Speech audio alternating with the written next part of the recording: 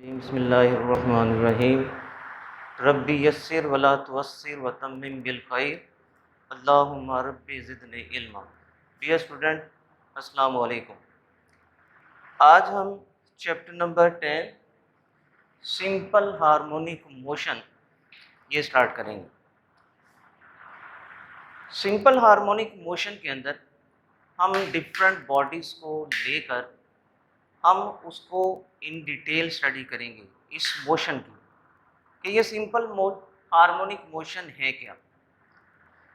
इसके अलावा इस चैप्टर्स के अंदर हम वेव्स के बारे में पढ़ेंगे। वेव्स होती क्या हैं, कैसे पैदा होती हैं और ये कैसे प्रोपोगेट जो है वो करती हैं। तो हमारा आज का टॉपिक है, चैप्टर के नाम ही से रिलेटेड है, simple harmonic motion.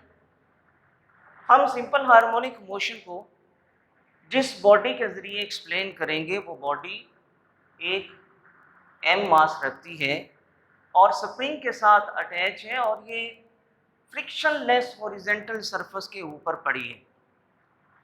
Dear student, simple harmonic motion एक बेसिकली वाइब्रेटरी मोशन है।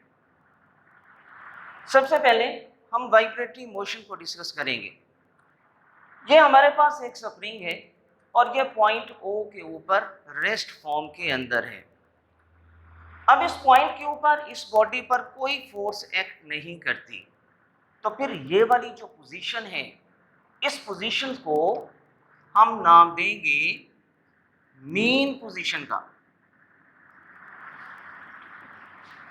अगर हम इसको इसकी मीन पोजीशन से डिस्टर्ब करके ए पर ले जाएं और रिलीज कर दें, तो ये बॉडी अपने मीन पोजीशन के लेफ्ट राइट मूव करना शुरू कर देगी।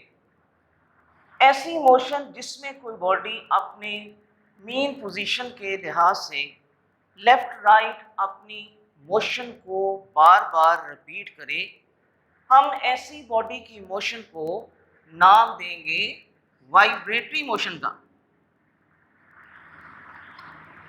Vibratory motion. डियर स्टूडेंट, जब कोई बॉडी मीन पोजीशन के लेफ्ट राइट वाइब्रेट करती है, तो ये बॉडी मीन पोजीशन से एक तरफ जिस पॉइंट तक जाएगी, मीन पोजीशन और उस पॉइंट का दरमियानी जो डिस्टेंस है, इसे हम डिस्प्लेसमेंट का नाम देंगे। यानी O से A तक जाती है तो O और A का दरमियानी डिस्टेंस ये डिस्प्लेसमेंट कहलाएगा। इसी तरह ये मीन पोजीशन से गुजर कर ये B पोजीशन तक जाती है, तो इस तरह O और B इसका दरमियानी डिस्टेंस भी डिस्प्लेसमेंट कहलाएगा। डियर स्टूडेंट, जब कोई बॉडी वाइब्रेट करती है, मीन पोजीशन से A की तरफ जाए या A से O की तरफ आए, O से B की तरफ जाए या B से O की तरफ जाए, इसकी वेलोसिटी चेंज होती है। और हमें मालूम है कि जब किसी बॉडी की वेलोसिटी चेंज होती है तो उसके अंदर एक्सेलरेशन प्रोड्यूस हो जाता है। तो हमने वाइब्रेट करने वाली बॉडी के अंदर जो एक्सेलरेशन प्रोड्यूस होता है और जो डिस्प्लेसमेंट है मीन पोजीशन से ए तक या ओ से बी तक, इसके दरमियान एक रिलेशन जो है वो फाइंड करेंगे। और ये रिलेशन हमें बताता है कि जो डिस्प्लेसमेंट और मीन पोजीशन से डिस्प्लेसमेंट हैं, ये दोनों एक दूसरे के डायरेक्टली प्रोपोर्शनल होता है। हमने यही दोनों चीज़ों को वाइब्रेटरी मोशन के अंदर डिस्कस करना है कि ऐसी वाइब्रेटरी मोशन जिसमें दो चीज़ें पाई जाएं कि जब बॉडी मीन पोजीशन के लेफ्ट या राइट ये मूव करती है, राइट या लेफ्ट मूव करती है, तो इसमें जो एक्सेलरेशन प्रोड्यूस होता है वो मीन पोजीशन से डिस्प्लेसमेंट के डायरेक्टली प्रोपोर्शनल होगा और इस एक्सेलरेशन की डायरेक्शन हमेशा मीन पोजीशन की तरफ रहेगी, चाहे बॉडी O से A की तरफ जा रही हो या A से O की तरफ आ रही हो, O से B की तरफ जा रही हो या B से O की तरफ आ रही हो, एक्सेलरेशन की डायरेक्शन हमेशा मीन पोजीशन की तरफ रहेगी। ऐसी वाइब्रेटरी मोशन जिसमें ये दो चीजें पाई जाती हैं, ऐसी वाइब्रेटरी मोशन को हम सिंपल हार्मोनिक मोशन का नाम देते हैं। अब सिंपल हार्मोनिक मोशन को इन डिटेल स्टडी करेंगे। एक ऐसी बॉडी जो कि स्प्रिंग के साथ अटैच है और ये पॉइंट ओ के ऊपर मीन पोजीशन के ऊपर है। इस पॉइंट के ऊपर ये स्प्रिंग इस बॉडी के ऊपर ना पुशिंग फोर्स लगा रहा है ना पुलिंग फोर्स लगा रहा है। यही वजह है कि बॉडी पॉइंट ओ के ऊपर रेस्ट फॉर्म के अंदर है। तो हम इस पॉइंट ओ को इक्विलिब्रियम पोजीशन का नाम देंगे या फिर हम इसको मीन पोजीशन का नाम देंगे। डियर स्टूडेंट, अगर हम इस बॉडी को ओ से डिस्टर्ब करके इसके ऊपर एक्सटर्नल फोर्स अगर हम लगाकर इसको ए तक लेकर आए, स्ट्रेच कर दें और इसको जब हम रिलीज करेंगे तो ये मीन पोजीशन के लेफ्ट राइट मूव करेगा। अब अगर हम मीन पोजीशन से एक्सटर्नल फोर्स कम लगाएंगे तो मीन पोजीशन से ये डिस्प्लेसमेंट कम प्रोड्यूस होगा और अगर हम इसके ऊपर एक्सटर्नल फोर्स ज्यादा लगाएंगे तो मीन पोजीशन से ये डिस्प्लेसमेंट ज्यादा पैदा होगा। यानी बाय हुक्स लॉ अगर हम इसको देखें तो by Hooke's law external force और डिस्प्लेसमेंट ये दोनों एक दूसरे के डायरेक्टली प्रोपोर्शनल होते हैं। अगर हम इस रिलेशन को देखें, ये एक्सटर्नल फोर्स और डिस्प्लेसमेंट दोनों डायरेक्टली प्रोपोर्शनल ये रिलेशन है। इस रिलेशन को इक्वेशन के अंदर जब हम चेंज करेंगे तो इसको एक कांस्टेंट के साथ मल्टीप्लाई कर देंगे। ये कांस्टेंट के है क्या? ये कांस्टेंट के एक प्रोपोर्शनैलिटी कांस्टेंट है। इस कांस्टेंट के को हम स्प्रिंग कांस्टेंट बोलेंगे। स्प्रिंग कांस्टेंट, ये स्प्रिंग कांस्टेंट है क्या? ये स्प्रिंग कांस्टेंट एक रेशो है। अगर हम इसी इक्वेशन से k की वैल्यू निकालें तो k this is equal to external force over x, यानी स्प्रिंग कांस्टेंट एक रेशो है किन दो क्वांटिटीज के दरमियान में। हमने जो उसके ऊपर एक्सटर्नल फोर्स लगाई और इस एक्सटर्नल फोर्स के रिजल्ट में मीन पोजीशन से जो डिस्प्लेसमेंट पैदा हुआ है उन दोनों की रेशो का नाम है। यानी it is a ratio between the external force and the displacement from the mean position is called spring constant.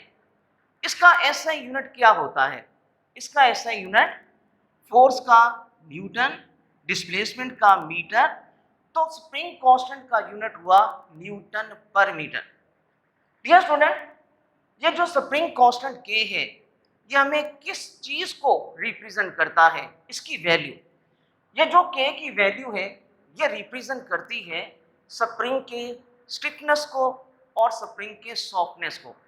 अब ये स्टिफनेस और सॉफ्टनेस को कब रिप्रेजेंट करेगी? अगर के की वैल्यू आती है लार्ज तो फिर ये स्प्रिंग के स्टिफनेस को रिप्रेजेंट करेगा और अगर के की वैल्यू ये आती है स्मॉल तो फिर ये स्प्रिंग की सॉफ्टनेस को रिप्रेजेंट करेगा। तो यहां से पता चला कि स्प्रिंग कांस्टेंट जो कि एक रेशो है एक्सटर्नल फोर्स और डिस्प्लेसमेंट के दरमियान, ये के की वैल्यू ये जो स्प्रिंग है इसकी स्टिफनेस को या फिर इसकी सॉफ्टनेस को रिप्रेजेंट करता है। अगर के की वैल्यू लार्ज आ जाए तो फिर स्प्रिंग स्टिफनेस होगा और अगर के की वैल्यू स्मॉल आ जाए तो फिर स्प्रिंग जो है ये सॉफ्टनेस होगा। डियर स्टूडेंट, जब हम इस स्प्रिंग के साथ जो बॉडी अटैच है जिसका मास m है, जब हम इसको O से A पर लेकर जाएंगे तो स्प्रिंग हमारी लगाई गई फोर्स की अपोजिट डायरेक्शन में इस बॉडी को मीन पोजीशन की तरफ पुल करेगा। यह फोर्स जो स्प्रिंग इसके ऊपर लगाता है इस फोर्स को नाम दिया जाता है रीस्टोरिंग फोर्स। ये जो रीस्टोरिंग फोर्स है ये हमारी जो लगाई गई फोर्स है एक्सटर्नल फोर्स उसके होगी इक्वल, लेकिन डायरेक्शन होगी ऑपोजिट। ये नेगेटिव साइन इस चीज को रिप्रेजेंट करता है। तो रीस्टोरिंग फोर्स ऐसी फोर्स जो स्प्रिंग इस बॉडी के ऊपर लगाता है, यानी the pulling force and the pushing force of the spring is called restoring force. जब ये रीस्टोरिंग फोर्स पॉइंट ए के ऊपर लगेगी तो ये रीस्टोरिंग फोर्स हमारी एक्सटर्नल फोर्स की होगी इक्वल, लेकिन अपोजिट डायरेक्शन में होगी। ये नेगेटिव साइन हम यहाँ पे मेंशन करेंगे। अब एक्सटर्नल फोर्स किसके इक्वल, पीछे हमने इक्वेशन ड्राइव की है। External force this is equal to K X की value external force is equal to K X restoring force by Newton second law. किसी भी बॉडी के ऊपर एक्ट होने वाली जो फोर्स है वो दो चीज़ों के प्रोडक्ट के इक्वल होती है, एक उस बॉडी का मास और एक उसके अंदर जो एक्सेलरेशन प्रोड्यूस होता है। इन दोनों क्वांटिटी के प्रोडक्ट को फोर्स का नाम देंगे और यही हमारी फोर्स रीस्टोरिंग फोर्स के इक्वल होगी। अब हमने रिलेशन निकालना है एक्सेलरेशन और डिस्प्लेसमेंट के दरमियान में। अब इस साइड्स पे एम ए है, उस साइड्स पे के एक्स है, तो एक्सेलरेशन और डिस्प्लेसमेंट इनके दरमियान रिलेशन को ड्राइव करने के लिए हम एम को उस साइड पे डिवाइड कर देंगे। क्या आ जाएगा हमारे पास k by m into x. K spring constant, mass, ये m mass of the body. जब ये बॉडी वाइब्रेट करेगी ना मास चेंज होगा ना स्प्रिंग कांस्टेंट चेंज होगा। डियर स्टूडेंट, जब दो क्वांटिटीज के दरमियान में रिलेशन होती है तो उसको इक्वेशन में चेंज करने के लिए कांस्टेंट के साथ मल्टीप्लाई करते हैं। अगर हम कांस्टेंट को एलिमिनेट कर दें तो फिर वही रिलेशन इन दोनों के दरमियान में पैदा हो जाता है। अब यहाँ पे फोकस करना है आपने कि स्प्रिंग कांस्टेंट, मास, ये बॉडी है जिसका मास वो भी कांस्टेंट, अगर हम के बाय एम को एलिमिनेट कर दें तो हमारे पास ए और माइनस एक्स इसके दरमियान में एक रिलेशन जो है वो कायम हो जाएगा, यानी A directly proportional to minus X. यह रिलेशन हमें बताता है कि जब ये बॉडी अपने मीन पोजीशन के राइट या लेफ्ट मूव करती है तो इसमें एक्सेलरेशन प्रोड्यूस होता है, इसमें डिस्प्लेसमेंट भी पैदा होता है मीन पोजीशन से। ये जो एक्सेलरेशन है ये रिलेशन बता रहा है हमें कि ये जो एक्सेलरेशन है मीन पोजीशन से डिस्प्लेसमेंट के डायरेक्टली प्रोपोर्शनल है और इसकी डायरेक्शन हमेशा मीन पोजीशन की तरफ है। डियर स्टूडेंट, अब हम इन दोनों रिलेशंस को in detail according to figure हम इनको प्रूव भी करेंगे, डिस्कस भी करेंगे। तो सबसे पहले हम डिस्कस करेंगे कि ये जो बॉडी मीन पोजीशन के राइट या लेफ्ट जाती है, क्या इसके अंदर एक्सेलरेशन जो प्रोड्यूस हो रहा है वो डिस्प्लेसमेंट के डायरेक्टली प्रोपोर्शनल है या नहीं है। डियर स्टूडेंट, अगर हम फिगर्स में देखें तो मेन पोजीशन से ये बॉडी ए पे जाती है, ए से ओ पे आती है, ओ से बी के ऊपर आती है। तो ये जो ए और बी है ये इस बॉडी की एक्सट्रीम पोजीशन कहलाएंगे। ए के ऊपर जब बॉडी आती है तो थोड़ी देर स्टे करती है, इसलिए यहाँ पे potential energy maximum, kinetic energy zero, displacement mean position से मैक्सिमम और एक्सेलरेशन भी मैक्सिमम, क्योंकि एक्सेलरेशन और डिस्प्लेसमेंट दोनों डायरेक्टली प्रोपोर्शनल हैं। अगर डिस्प्लेसमेंट कम तो एक्सेलरेशन कम, तो एक्सट्रीम पोजीशन के ऊपर डिस्प्लेसमेंट मैक्सिमम है, इसलिए इस पॉइंट के ऊपर एक्सेलरेशन भी मैक्सिमम होगा। जब ये बॉडी पॉइंट ओ के ऊपर आती है, जैसे ही ए से ओ की तरफ आएगी डिस्प्लेसमेंट डिक्रीज होता होता ओ के ऊपर जीरो हो जाएगा। डिस्प्लेसमेंट जीरो, एक्सेलरेशन भी जीरो। इस पॉइंट के ऊपर पोटेंशियल एनर्जी भी जीरो, क्योंकि बॉडी यहाँ पे रुकती नहीं है। इनर्शिया की वजह से ओ से बी की तरफ जाती है तो पॉइंट ओ के ऊपर इस बॉडी की काइनेटिक एनर्जी ये मैक्सिमम होगी। जब ये बॉडी पॉइंट ओ से बी की तरफ जाती है तो जैसे जैसे जाती है मीन पोजीशन से ये डिस्प्लेसमेंट इंक्रीज होता चला जाता है। बी के ऊपर पहुंचकर potential energy maximum, kinetic energy इसकी हो जाती है जीरो। डिस्प्लेसमेंट मैक्सिमम होता है इसलिए एक्सेलरेशन भी मैक्सिमम होगा। ये आ गई मीन पोजीशन और एक्सट्रीम पोजीशंस के ऊपर पोटेंशियल एनर्जी मैक्सिमम होगी या मिनिमम होगी।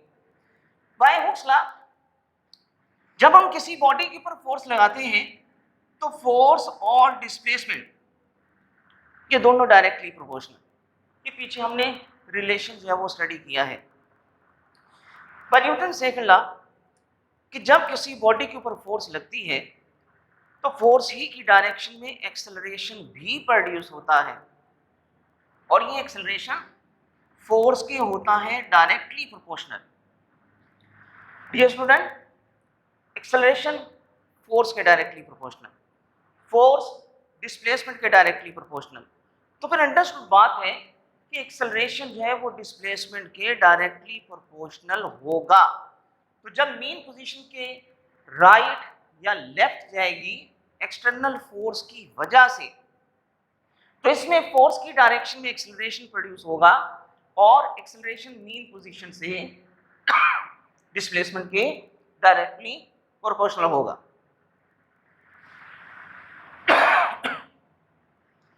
अब दूसरी बात हमने फाइंड करना है कि एक्सेलरेशन की डायरेक्शन मीन पोजीशन की तरफ, मीन पोजीशन की तरफ के एक्सेलरेशन की डायरेक्शन हमेशा मीन पोजीशन ओ की तरफ होगी। डियर स्टूडेंट, जब ये बॉडी ए से ओ की तरफ आती है तो रीस्टोरिंग फोर्स की डायरेक्शन मीन पोजीशन की तरफ होती है।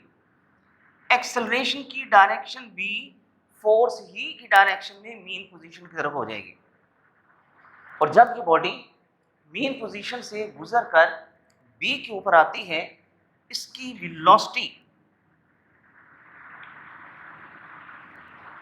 डिक्रीज होना शुरू हो जाती है। जैसे वेलोसिटी डिक्रीज होगी एक्सेलरेशन वेलोसिटी की अपोजिट डायरेक्शन में यानी मीन पोजीशन की तरफ। जब ये बी से ओ की तरफ आएगी रीस्टोरिंग फोर्स की डायरेक्शन मीन पोजीशन की तरफ, एक्सेलरेशन की डायरेक्शन फिर मीन पोजीशन की तरफ रहेगी। तो इस तरह ये बॉडी मीन पोजीशन के राइट या लेफ्ट जाती है तो इसमें दो चीज़ें क्लियरली जो है वो पाई जाती हैं कि एक्सेलरेशन मीन पोजीशन से डिस्प्लेसमेंट की होगा डायरेक्टली प्रोपोर्शनल और इसकी डायरेक्शन हमेशा मीन पोजीशन की तरफ होगी। ऐसी वाइब्रेटरी मोशन को हम नाम देंगे सिंपल हार्मोनिक मोशन का। तो सिंपल हार्मोनिक मोशन को हम डिफाइन फिर कैसे करेंगे?